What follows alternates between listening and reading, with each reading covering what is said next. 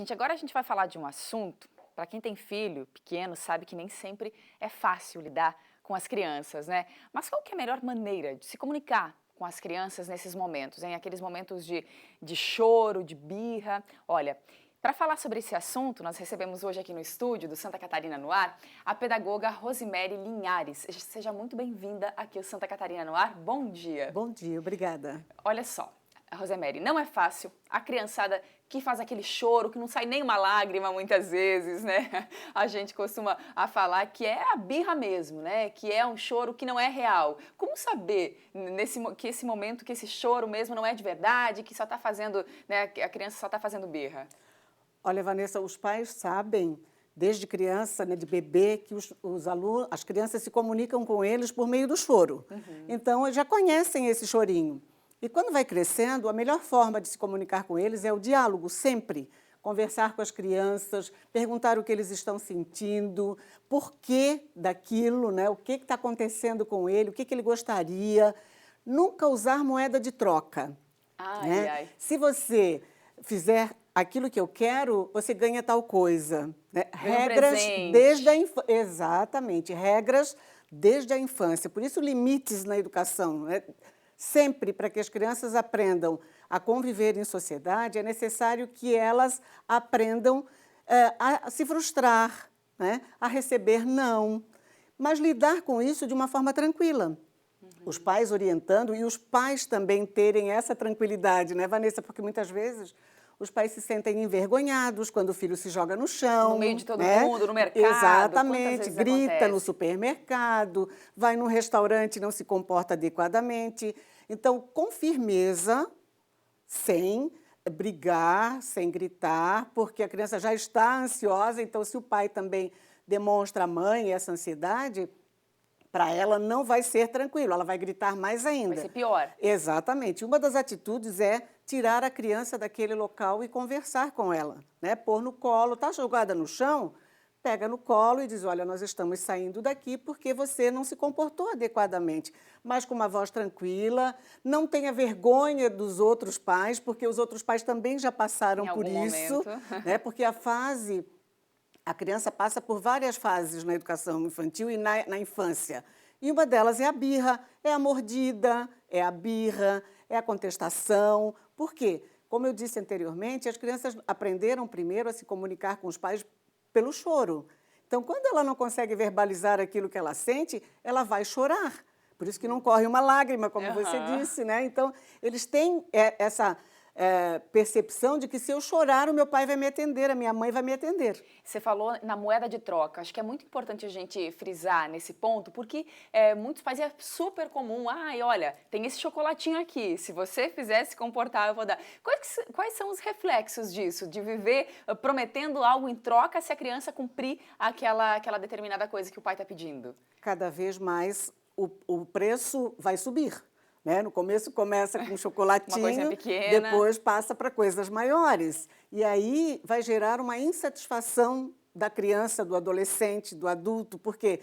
Porque sempre as minhas necessidades foram satisfeitas não com conversa, não com explicações, e sim com compra.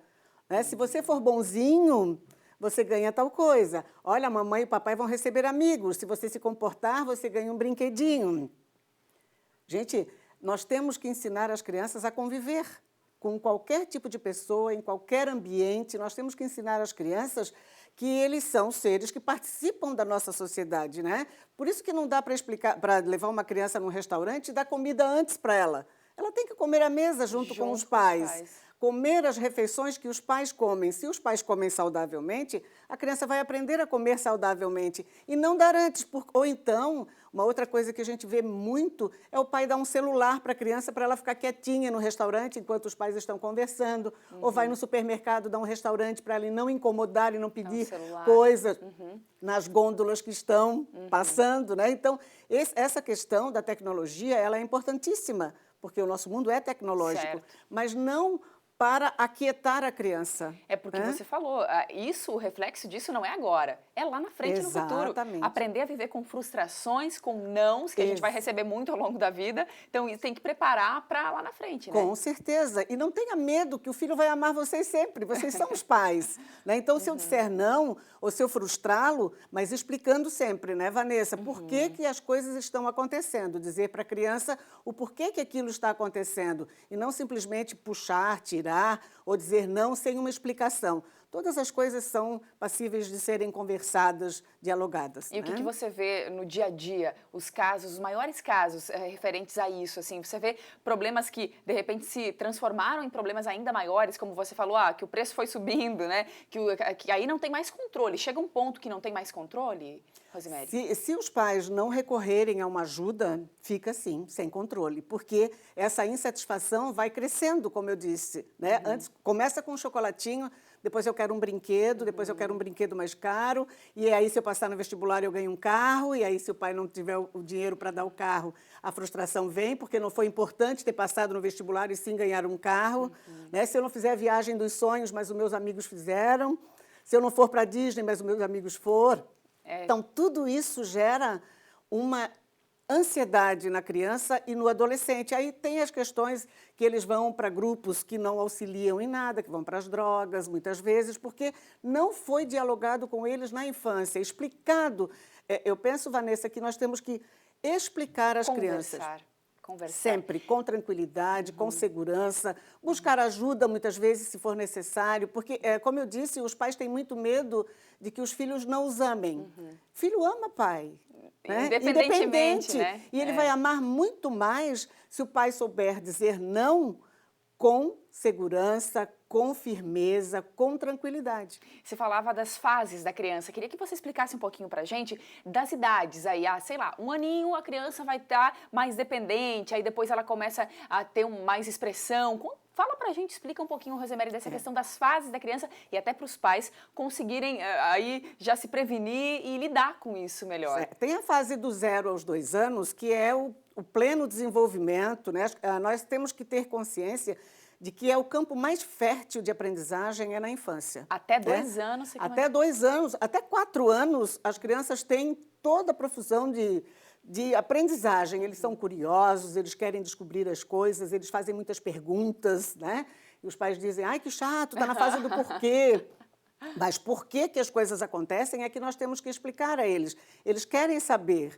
Então, do 0 aos 2 anos é a fase do desenvolvimento da alimentação. Então, nessa fase, tem que se preocupar muito com o que é dado à criança para que ela possa comer saudavelmente. É a fase onde eles começam a desenvolver a linguagem.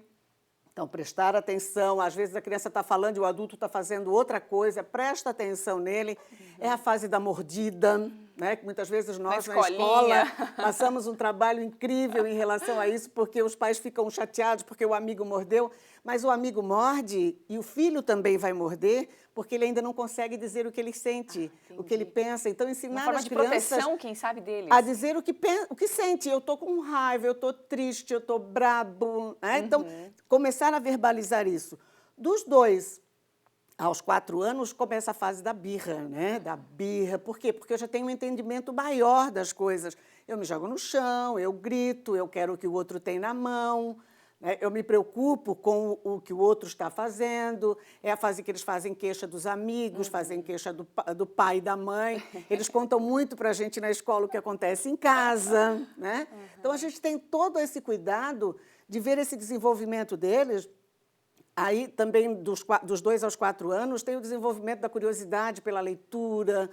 Os pais têm que incentivar muito as crianças a lerem, contar histórias para os seus filhos à noite, se preocuparem em sentar com eles. Eu sempre coloco, Vanessa, que nós temos que ter qualidade de tempo com os nossos filhos e com as crianças. Não interessa se o pai leva o filho para um restaurante. Mas ele vai comigo, Rose, ao restaurante. Ele vai com você. Você não faz um programa de pai e filho, né? Onde o filho quer aquilo. Levar numa pracinha, levar no parque, no play do próprio prédio. conversar com a criança. Às vezes os pais estão tão cansados quando chegam à noite em casa, então eles querem, quero que ele já venha dormindo da escola, né? Mas, gente, as crianças precisam das famílias. Com E certeza. é isso que a paciência é um exercício constante para quem é pai. Nossa Senhora, é um desafio muito grande. Muito grande. Se Mas é prazeroso. É prazeroso, com certeza. Se você pudesse resumir, Rosemary, o que é fundamental assim, para os pais nessa idade de bebês, até os 2 a 4 anos que você falou, seria essa questão da conversa, estar disposto a ouvir? Se você pudesse resumir? Sempre, gente, sempre. Regras e que sejam cumpridas. Combinados, que a gente diz na escola, né? Combinados com as crianças. Se você combinou uma coisa com seu filho, com a sua filha, cumpra, porque isso você está ensinando a ele que responsabilidade, né? Eu pedi para você fazer tal coisa, você não fez, então tem as sanções, sim. Né? Não é castigo, não é bater. Não é cadeirinha do pensamento. Não é cadeirinha do pensamento, é conversa, diálogo sempre com as crianças. Então, nessa fase, eles estão precisando de reforço positivo, de mensagem que, olha, você consegue, você pode, eu confio em você, você vai ajudar a mamãe, vai ajudar o papai, vai fazer as coisas corretamente, vai guardar seus brinquedos, comecem com pequenas coisas, guardar seu tênis. Isso é questão de responsabilidade, isso ele vai levar para o resto da vida. Preparação, né? Lá para frente para o futuro. Exatamente. Dicas preciosas. Muito obrigada, Rosemary, pela participação aqui nesse feriado, mas tenho certeza que os pais que estão acompanhando a gente tiraram muito proveito e várias dicas bem legais aí dessa nossa conversa. Muito obrigada mais uma vez. Eu que agradeço. Um bom dia a todos.